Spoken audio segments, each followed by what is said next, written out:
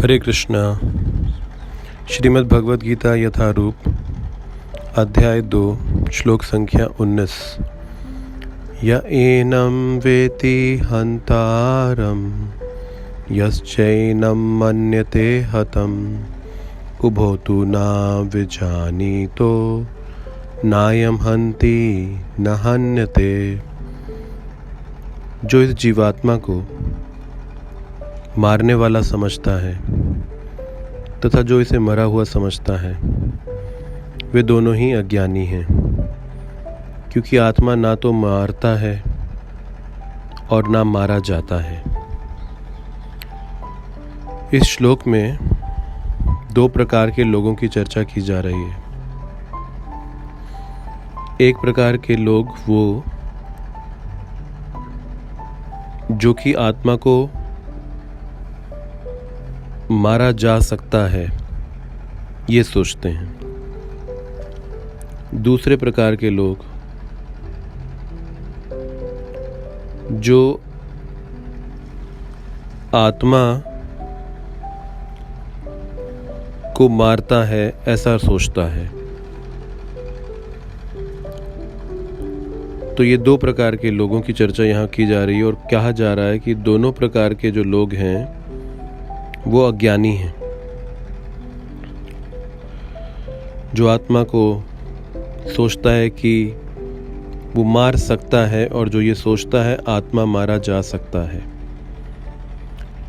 इस संसार में इसी प्रकार की प्रवृत्ति पाई जाती है जिसे द्वंद्व कहते हैं। हम इस संसार में विजय और पराजय की बात करते हैं। अब किसी को विजयी होने के लिए किसी दूसरे को पराजित होना होता है, या किसी को पराजित कर कर हम विजयी बनते हैं। ये संसार का द्वंद्व है। तो ये जो प्रतियोगिता की भावना है कि हम विजयी हों लेकिन किसी दूसरे को पराजित कर कर, किसी दूसरे को पीछे धकेल कर, इन भावनाओं से ऊपर उठना कृष्ण भावनामृत है। तो ये भगवद गीता के आधारभूत श्लोक हैं जिसमें सिद्धांत दिया जा रहा है कि आत्मा किसी भी परिस्थिति में ना मरता है ना मारा जा सकता है। बिना इन सिद्धांतों को समझे आध्यात्मिक जीवन का आधार नहीं हो सकता। जैसे किसी इमारत को खड़ा होने के लिए उसकी एक बुनियाद होती है, ये आध्यात्मिक जीवन की बुनियाद है कि इस सिद्धांत को समझना कि हम ये शरीर नहीं, हम एक आत्मा है। क्योंकि बिना इस विचार को समझे जाने हम कभी भी भगवान की शरणागति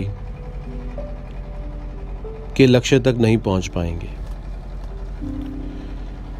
क्योंकि जो ये समझेगा कि हम भगवान के अंश हैं, ये आत्मा कहाँ से आया, भगवान से आया, तो भगवान का अंश है, इस कारण से अब भगवान से संबंध स्थापना करने के लिए उसे कार्य करना चाहिए। ये आधार है। तो इस बुनियाद को भगवान स्पष्ट कर रहे हैं एक के बाद एक इन श्लोकों की श्रृंखला में। तो भगवान की लीलाओं से भी ज़्यादा महत्वपूर्ण है इस विषय को समझना। तभी हम भगवान के आने के उद्देश्य और इस भौतिक जगत के उद्देश्य को भी समझ पाएंगे और अपने जीवन के लक्ष्य को भी समझ पाएंगे। हरे कृष्ण।